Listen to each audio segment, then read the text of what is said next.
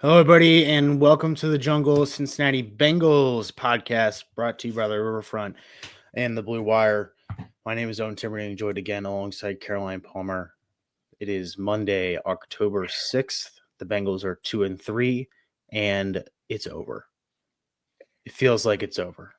Yeah, unless something doesn't drastically change in the next I said last week we needed 1 week or 2 weeks. If something doesn't change in the next 10 days, it honestly looks like they're just riding it out and just controlling the season, and it's frustrating for more ways than one, Yeah. if I had to say So anything. we're talking about Lions 37, Bengals 24.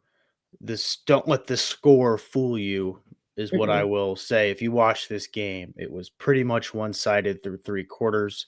Some key moments that stick out. The Bengals were pretty embarrassed through the first three quarters, could not move the ball. Some pretty terrible interceptions by Jake Browning, um, with a really sad field goal at the end of the second quarter. And finally, the Bengals offense, quote unquote, came alive for three touchdowns in the fourth, but it was too little too late.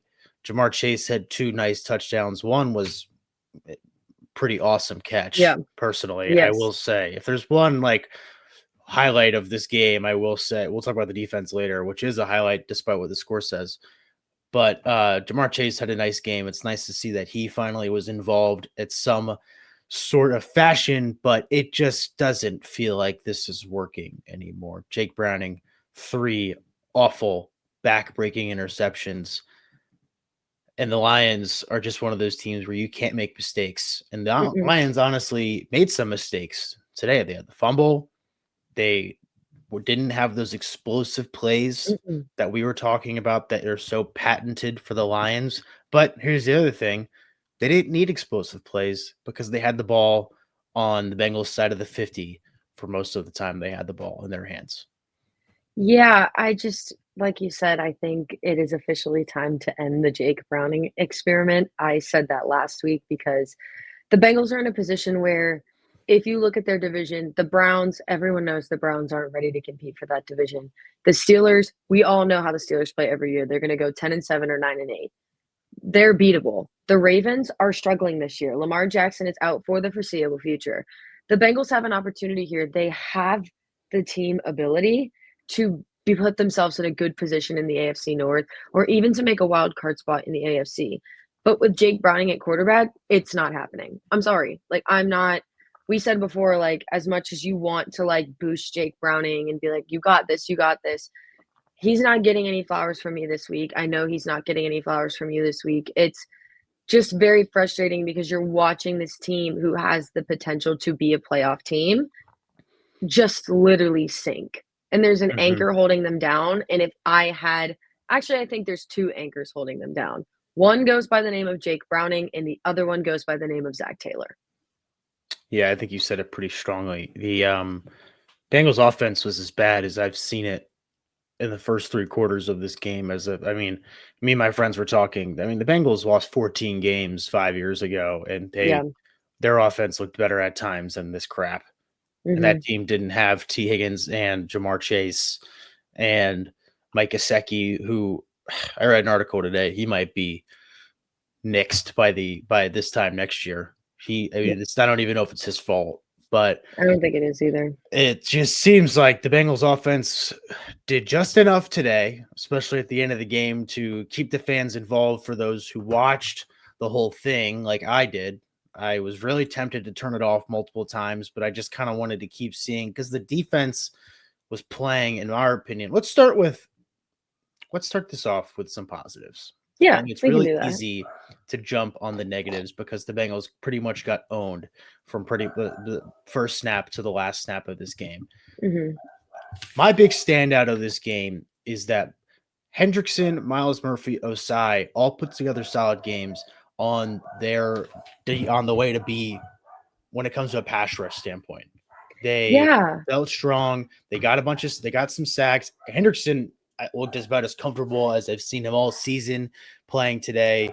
It was very, very encouraging to see how that plays out. I think especially encouraging for Hendrickson because that's someone circled that you'd like the Bengals to potentially move on from maybe in the next 3 weeks or so as a trade candidate. But the Bengals defense was very, very, very encouraging today, I'd say, and 37 points isn't necessarily their fault. Yes, they missed some tackles. Yes, I hate how they bring defensive ends in coverage, which burn them on the Laporta touchdown on the first drive of the game. But at the same time, they were forced to defend inside their own 50 on multiple Mhm. occasions. And the other point is the Lions are good. They're probably Yeah. top 4 or 5 teams in the NFL. They're the number 1 offense. But at the same time, I think it's encouraging to see guys, especially like Osai and Murphy and Hendrickson, who we've just been really frustrated with so far this year, finally break out against a team that is considered one of the best in the NFL. Yeah, honestly, one of the things that I was just looking at, for as bad as our run defense has been, I thought it was not bad yesterday. Mhm. I mean, obviously, you look at not the Bengals, the Lions backfield with Jahmyr Gibbs and David Montgomery. There's no other 1-2 punch like that in the league ever. So I was honestly really nervous because that front four has not been great this year. And like you said, I think Osai definitely stood out to me because he was someone that I was starting to get really worried about given the Yeah. investment that the Bengals had put into him. And obviously with Trey, I kind of expected Trey to take a minute to like fully be able to readjust because of Yeah. how long he sat out. So Yeah. that wasn't necessarily as surprising to me. Osai, I got really worried about. Miles Murphy, I was kind of on the fence about, but I honestly was really happy with it because I think it was a good showing against not only just a good run game, but also a good offensive line. Like Mhm. they have a good O line. I mean, you got Penei Sewell in the middle. He's like somebody you take two people to go against. And Yeah.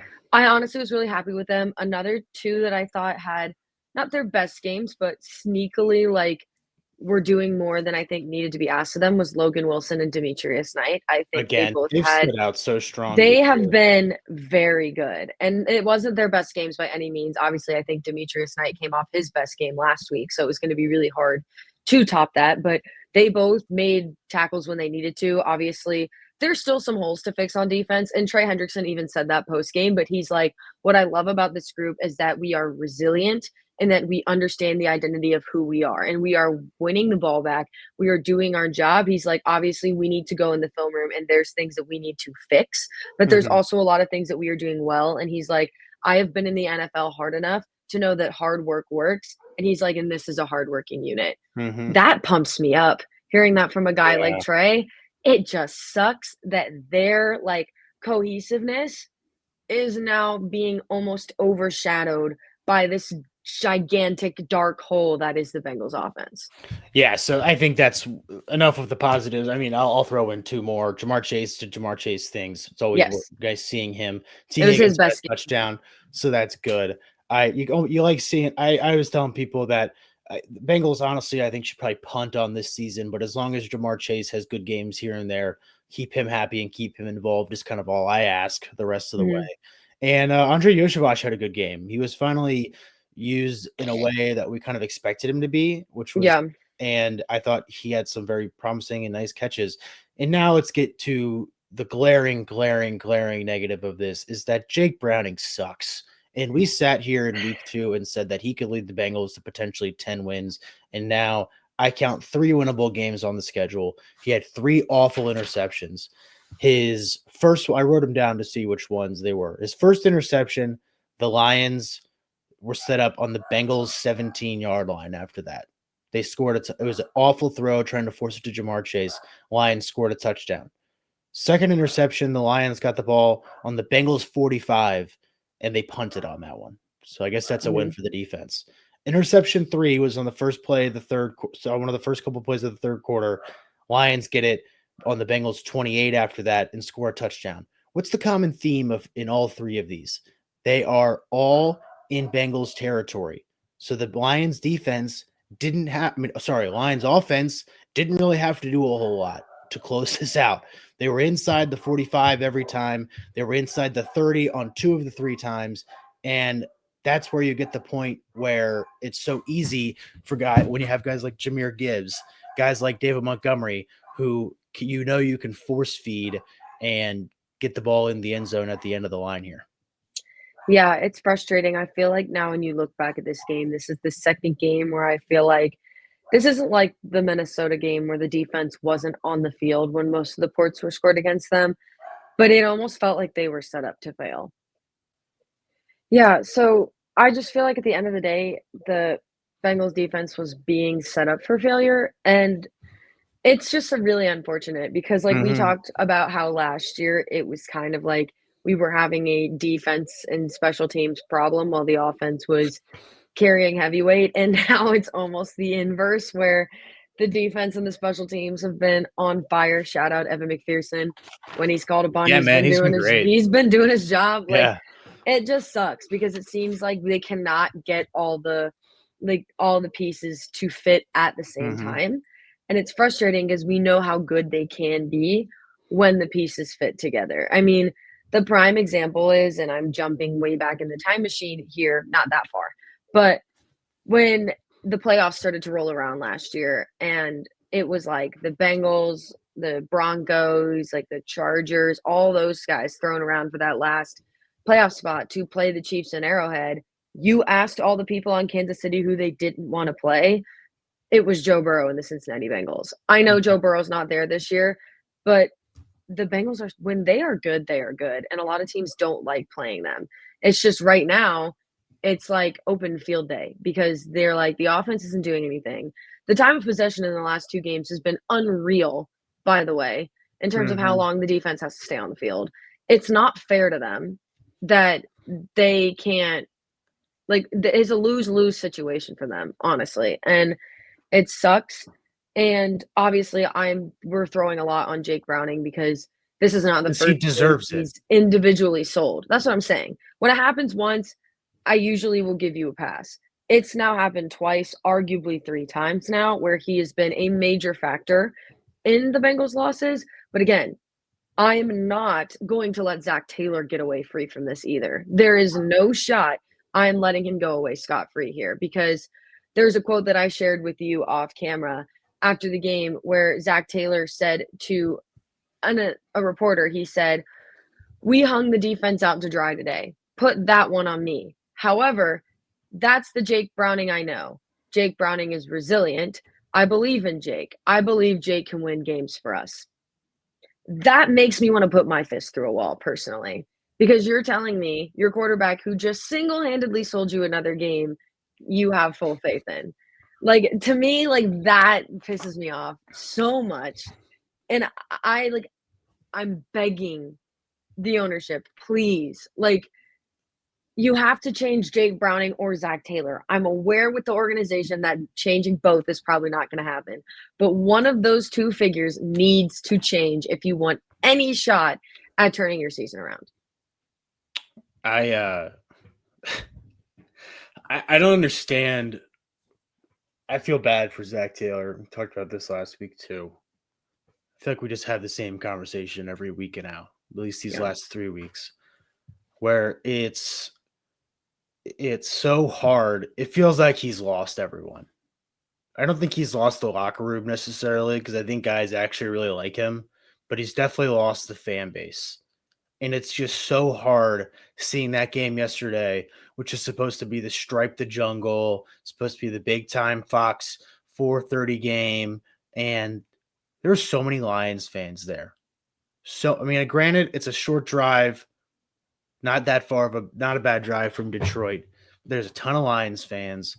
It felt like a Lions home game at times when you were listening to the game, and I don't blame them because the Bengals have nothing to show for. And God Mhm. bless the fans that stuck around. God bless the people that have been through this now. And it's like the Bengals, being a Bengals fan has tailored this to see. I'm not really like nothing's changed on my end. Like we had those couple years when Burrow, the Super Bowl, in my opinion, really, really hurts the vision of some of the Bengals stuff because you know it's there and you know it's there recently with the group, but they're wasting this talent. We knew in the summer that this roster construction wasn't correct. We Yeah. knew in the summer. And it's so difficult seeing that now. And we're talking about how good the defense has been. They're still not top 25 in the NFL. They really, and they're not. They're not good. They miss tackles. They've improved. Yes, they have improved. I will say that. Yeah. Like the Bengals defense has improved, and they haven't been able to showcase that because of the bad positions they put in due to the offense. I don't get it that the same thing just keeps happening over and over again today in these weeks.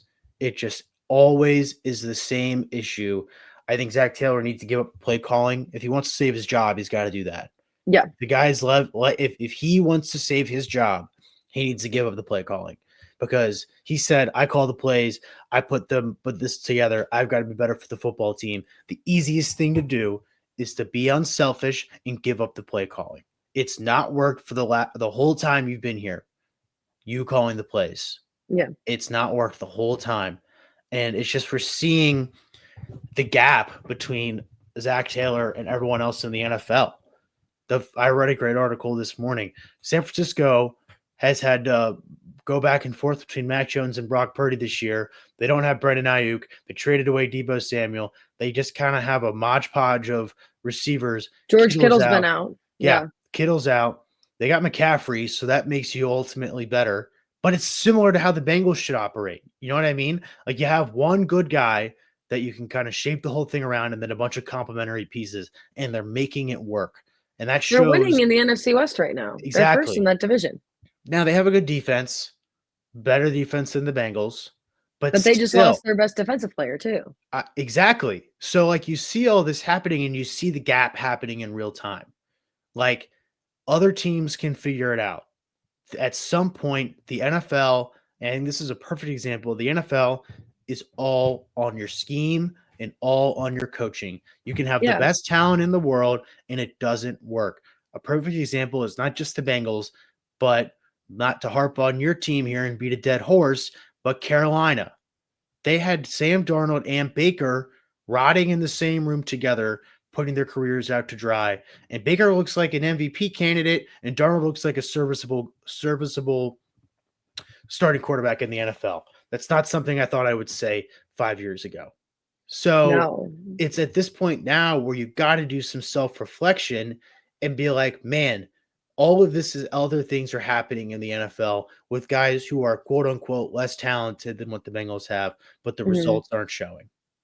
Yeah, you know what's interesting to me about Zac Taylor giving up the play calling is I don't think Zac Taylor has lost the locker room yet, but I think Jake Browning might have. I do too. And I have a feeling that Zac Taylor is probably the only person in that room that has any faith left in Jake Browning, and that is why he won't give up play calling. Because I just don't think anyone else would really want to with a Jake Browning led offense. I don't want to like literally crucify the guy because I feel so bad, but we both laughed about this off cam. There was another tweet that said, I wish the Bengals got the chance to play against Jake Browning because of how poor his performances have been. Mhm. And honestly, there's one other key crucial spot that we have not highlighted, and that is this dang offensive line. Obviously, Jake Browning deserves no flowers. We've already talked about that over and over again. You put arguably on form the worst quarterback in the NFL right now behind on form one of the if bottom 3 offensive lines in the league right now. You are also setting him up to fail. He Mhm. has probably been granted he has not played well. He has not risen to the occasion at all in my opinion. And I will stand on that hill. But he also has been extremely set up to fail. I'm giving a shout out, not a good shout out, to Orlando Brown, who has been the worst offensive lineman on the Bengals for the last 3 weeks. He is the most experienced person on that line. And before he came to Cincinnati, was doted as one of the best across the National Football League. And he has been nothing short of pitiful this year. And it is being highlighted in these last 3 games because he doesn't have a scrambling Joe Burrow out of the pocket to evade the pressures he's been giving up. He got really embarrassed by Hutchinson on one play. I don't remember what quarter it is, but Hutchinson just made a move to the inside on him and he just froze. And it's like, yeah, I think the Bengals scheme puts the Bengals offensive linemen in vulnerable positions. I really do. Yeah. But But none of them are rising to the occasion to try to fix it. exactly. And a guy like Orlando Brown, who we think you've put so much trust in, it's really, really disappointing. I mean, he's a captain. It's Yeah. so He's a disappointing. leader. Yeah, and so is Karras. He had another false start yesterday. The center, like what? Now the Denver one was a dumb false start. If people remember that play, but like, come on. We'll say penalties seemed down yesterday. Mhm. I will also say I think they kind of mixed up the play calling a little bit. There wasn't a whole lot of first down runs, but there also was a 3rd and 15 screen. So like if that makes you feel better, like I don't really know. Like, Like what is the it point of it that? doesn't matter. And they kicked the sad field goal at the end. They punted bad. I don't understand how that happens again. You think you have all this right. I I don't know. I guess the penalties were better, so I can't say that they weren't prepared thing again. But Yeah. then I think like it comes back to this again, where you got defensive ends in coverage forced to guard Amon-Ra St. Brown. That Who's doesn't been one of the work. most formed receivers of the last 2 weeks. That doesn't work at all. No. I will say, I'm going to say some positive things about the Lions. David Montgomery, Oh my gosh. from Cincinnati, Yeah. Mount Healthy high school product. He Mhm. comes from a, lack of a better term, rough background. Mhm. Mount Healthy is a tough place to grow up. And David Montgomery, man, he has been a star in the NFL. It was awesome to have his sister who got in that tragic car accident. Yeah. She's paralyzed. She got to see him in person yesterday. Mhm. It It was was like the so first time in like over cool. a year, I think. Exactly. It was so cool to see that. He He's a threw a touch. class dude. He's Just class overall. easy to root for. He threw a touchdown. Mhm. He ran one in. Gibbs and him ran one in. They tied some record with Emmitt Smith, and I don't remember what the graphic said, but he tied some record for when they both score. So that was pretty Yeah. cool. Good on them. But good story for David Montgomery. And if there's one thing about Cincinnati people is they love, love, love their local products, and they love taking care of them and love seeing them succeed. So it's been Mhm. really neat to see that come out of David Montgomery having another really good year with Detroit, as we think they're probably well on their way to another good season. Yeah. So what's next for the Bengals here? At Green Bay next week.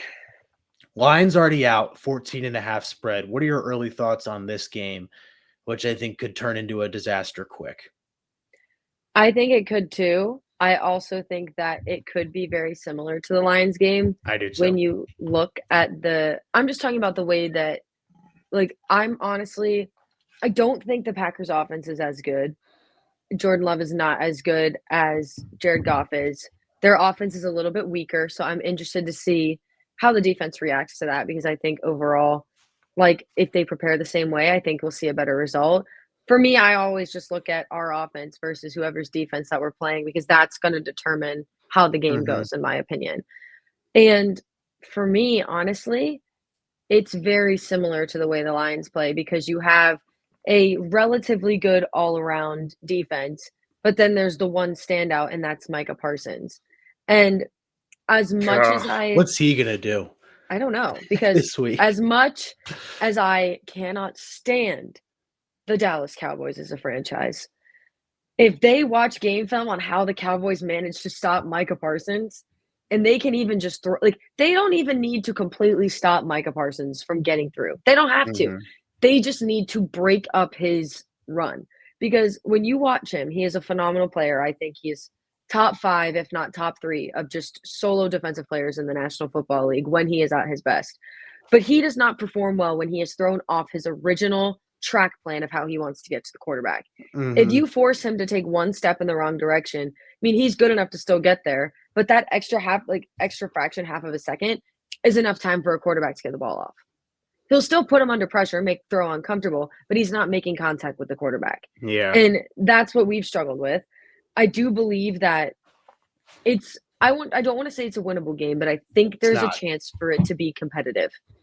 And when you make a game competitive, anything can happen. If you force a better team to get nervous across any sport, if you force the so and so favorite team to become nervous early into the game, anything can happen. They just need to disrupt what Matt LaFleur and the Packers want to do because they are going to be outcoached. It's going to happen every single game until the end of the season.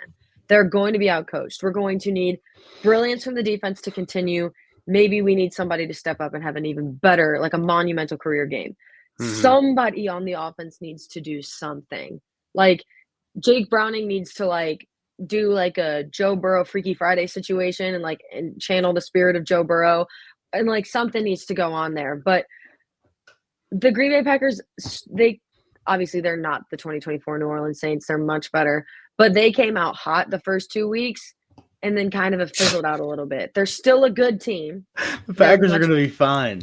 they're going to be fine, but I don't think they're as unbeatable as You're people a make them seem. hater. You're a hater. I think you just I'm hate Micah Parsons. I maybe, but I don't think they're as unbeatable as Vegas odds and spreads are making them look that they are. That's what Yeah, I'll say. I think that's fair. I think the Bengals, like if you get walloped in this game, which I guess the odds makers think they will. They're going to say that for every game, though. I was just looking at the schedule, and I think they have 3 winnable games left. There's just going to be so many losses. This Thanksgiving night game is going to be a disaster. Who do they play again? At Baltimore. Well, You're also so positive. I maybe I'm just negative. Well, here's the thing. Lamar is not going to be out for an extended period. I think he'll be back in the next 2 weeks. I do say the Ravens defense stinks. So I guess maybe you could make it happen. battle of mid, I guess, between I our just offense and their defense. It's kind of crazy. We're shifting away from Bengals and talking more about the NFL. Ravens are 1-4, only 6 teams since a certain it's really hard to make the playoffs if you're Yeah, and they have to start survive that one, bad. if not 2 more weeks without Lamar Jackson. Yeah, they're in And trouble. yeah, because if they lose the next 2 weeks, they are going to have to win every single game, and that is a monumental amount of pressure because Derrick Henry has been not great. Lamar Jackson hasn't Yeah. been his best. Zay Flowers has been basically non-existent for most of the first 5 weeks. It's just one of those things where you're like, where did the Ravens team from last year go? Because if anything, they didn't really lose too many Yeah. people. I mean, It's they're just hurt. They're hurt. So yeah. it's that's hard. You I'm know looking what's at also their starting to come schedule. back? The Huh. Kansas City Chiefs, because they looked Yeah, great against Baltimore, and that's annoying. they're gonna be I'm fine. everyone was like, "Oh, the dynasty's over." I was like, "Just wait. It's Just not. wait. It's gonna They're gonna be happen. fine. Just We just said just this. wait till October, and they will be We here." And we they're said here. this 7 times with the Patriots. I'm looking Yeah. at this Ravens schedule. They Speaking play of the Patriots, Drake May balled out last night. I didn't watch the second half, but I watched the highlights before we hopped on. And I'm happy that he's playing good. Imagine what if he was the Bengals backup? Do you think the Bengals could win 8, 9 games? They totally could. Yes. Yeah, he's Because just that Patriots O-line is just as bad as the Bengals O-line is. except they got Will Campbell. He's really good. Yeah, but he's been inconsistent, I think, Yeah. so far. So the Ravens got the Rams next week, and they still got to play. I'd be worried if I was the Ravens going in to play the Rams next They week. got to play the Rams. They play the Bears, who I guess are okay. I don't think Minnesota's good. They play them. They play us twice. They play Pittsburgh twice. They play New England and Green Bay. I mean, their schedule doesn't get any easier too. So, No. I mean, I guess Houston has a really good defense, but 44-10, man. That's the other thing. Yeah. You can use the same argument that we're saying about the Kyle Shanahan and Mac Jones thing and how Zac Taylor has failed Jake Browning in a way because at some point it's scheme. You got Harbaugh back there. I guess Yeah, Kurt but I Busch feel and like all that, but still, you got to make it happen. that's a different situation though, because I feel like, and you can argue this with the Bills too, because we haven't really had to see it yet with Buffalo. The Buffalo Bills offense and the Baltimore Ravens offense are built around Josh Allen and Lamar Jackson being there. And Mhm. we've seen with the Ravens that once Lamar Jackson was removed, that entire offense fell apart because he was the central figure.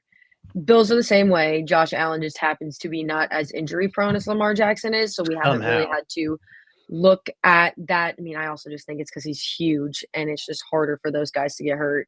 But those two offenses are solely built around just who they are. And when you look at Joe Burrow in that situation too, the Bengals offense is not built around Joe Burrow. He just happens to be a top 3 quarterback in the NFL just based on talent alone. and that has saved that sinking offense. In my opinion, it has saved Zac Taylor's job on multiple occasions based on how well he plays. And it's just frustrating because you're wasting the prime of somebody who could be an NFL Hall of Famer based on the type of statistical seasons he has consistently year in and year out been putting up with not so great supporting cast other than Jamar Chase. I'm looking at the just NFL standings. The Bengals points for is 85 and points against is 156. They suck. Yeah. And then I'm just looking around. I mean, the Raiders are like a worse one than us, but like that, I'm looking The around Raiders are at. also rebuilding. The Bengals shouldn't be rebuilding. No, I know. But the thing, I was just looking to see like who's good, like what records are showing. The Lions are 4-1. We think they're really good. The tie is screwing up this NFC North standings. There's a lot of like 2-2, 3-2 teams. I guess it's also October and it doesn't really matter. But one thing that's standing out to me is that the Buccaneers are 4-1 and their point differential is 3. That's pretty crazy. I saw that they've Mhm. got 3 of their wins on scoring in the last minute. I heard that yesterday when It's like, Baker Mayfield last drive mania. but like, is that sustainable? There's no way, right? Like they have to go out and blow someone out at some point or just I don't control a know, game but from the they start. have arguably 3 top-tier receivers and an amazing running back and a quarterback who is playing his best football of his career. Mhm. Like, the Buccaneers are a sneakily, quietly good team because they play in the NFC South, which, as a Panthers fan, everybody knows the NFC South right now is a pile of garbage Mhm. to kind of just say it how it is. So you kinda look at them and you're like, "Eh, they play in one of the worst divisions in football, like, nobody really pays attention to them." And then, I mean, their defense is good, their offense is kind of in form right now. Eagles were very lucky to beat them last week. So, it's just like, I don't know, like, I love Baker Mayfield. I think his personality is fantastic. I love the idea of him getting crunched and then hearing the defenders trash talk him and him standing straight back up Yeah. to talk to him. That's probably one of the funniest things I've seen all year is he's like, "Yeah, my knee really hurt, but then the guy next to me started trash talking my teammates, so I jumped straight back up." I was like, "That's amazing." Like, and that team loves him. Like, Mhm. and, like, that's the difference. And granted, Jake Browning is no Baker Mayfield, but it's like it almost is like they're not trying as hard without Joe Burrow in there. And Mhm. that's probably frustrating for Jake Browning too. Like, there's just the wheels have fallen off the wagon. That's pretty much what I'd say. I think there is an ability to, like, halfway fix the year and maybe not it be a total embarrassment, but the wheels have fallen off the wagon, and it's just how do you fix it? Like, is the organization going to take the steps needed to fix it? Take that bold step and either do something about your head coach or do something about your starting quarterback. Because right now, that head coach is not willing to change. Obviously, he can't fire himself. And he obviously doesn't want to change Jake Browning. So it's Mhm. like, is organization going to step in and do something? Because I feel like the window for them to actually do it in time for there to be a positive outcome is closing. Yeah. I happy we brought it all back to the Bengals. I think it's worth talking about the rest of the NFL just to see where the Bengals kind of size up next to it. And it just doesn't really, it seems like some of the bad teams are even better than the Bengals. It's just really hard. Like I don't The Bengals are a mess. They got to get this figured out. After starting 2-0, they've now lost their last 3. And like we said, the schedule is just so brutal from pretty much now until the Miami game, which is in the middle of December. So, like, Yeah. it's hard that just feels like this was the opportunity, especially to jump on the AFC North with those teams being down Mhm. and all of that happening. So that about wraps it up for this week's edition of Welcome to the Jungle. Bengals season on life support, it feels like. Next week, up at Green Bay and Lambeau. We'll see what happens. Who knows? But for Caroline Palmer, my name is Owen Timmerding. Thank you for tuning into this week's episode of Welcome to the Jungle. As always, we'll be back for more news and notes for the Bengals as they come to you. And we'll be back next week with another recap of hopefully a Bengals win against the Green Bay Packers. Thanks for tuning in, everyone. Have a good one.